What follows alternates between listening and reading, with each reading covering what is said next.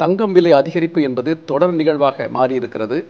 இன்றும் தங்கம் விலை சவரனுக்கு ரூ. 400 உயர்ந்து மீண்டும் ஒரு புதிய உச்சத்தை தொட்டு இருக்கிறது. இன்றைய நிலவரப்படி தங்கம் சவரனுக்கு ரூ. 68,480 விற்பனையாகிறது. இதுவரை இல்லாத அளவிற்கு இது அதிகப்படியான ஒரு விலை உயர்வு ஆகும். அடுத்த சில தினங்களில் இந்த தங்கம் ரூ. 70,000 வரை உயரும் என வல்லுநர்கள் தெரிவிக்கிறார்கள். கடந்த ஆண்டு இதே காலகட்டத்தில் ரூ. 60,000க்கும் கீழ் இருந்த ஆபரண தங்கம் இன்று ரூ. 70,000 நெருங்கி இருக்கிறது. குறிப்பாக கடந்த 4-5 நாட்களில் மட்டும் சவரனுக்கு ரூ. 3,000க்கும் அதிகமாக தங்கம் விலை அதிகரித்திருக்கிறது.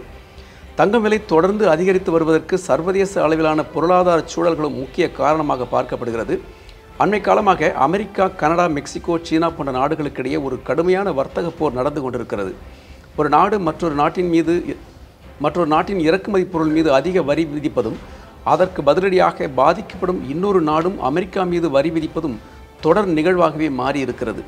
இதன் காரணமாக உள்நாட்டில் பணவீக்கம் அதிகரித்து வங்கிகளின் வட்டி விகிதம் உயரக்கூடிய சூழல் உருவாகி இருக்கிறது. மேலும் அமெரிக்க டாலருக்கு நிகரான ரூபாய் மதிப்பும் கடுமையாக சரிந்து கொண்டிருக்கிறது.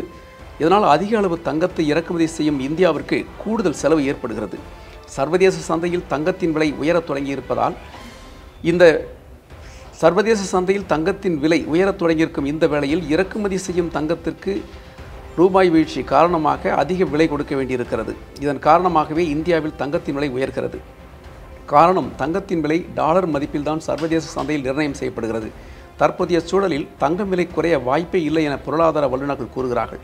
மாறாக மிக விரைவில் தங்கம் சவரனுக்கு ரூ. 80,000 வரை உயரலாம் என்றும் கூறப்படுகிறது.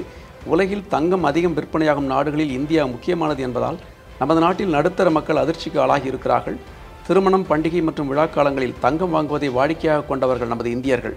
விண்ணை தொடக்கூடிய இந்த விலை உயர்வால் மேற்கொண்டு தங்கம் வாங்க முடியுமா என்ற கவலையில் ஆழ்ந்திருக்கிறார்கள் நடுத்தர மக்கள்.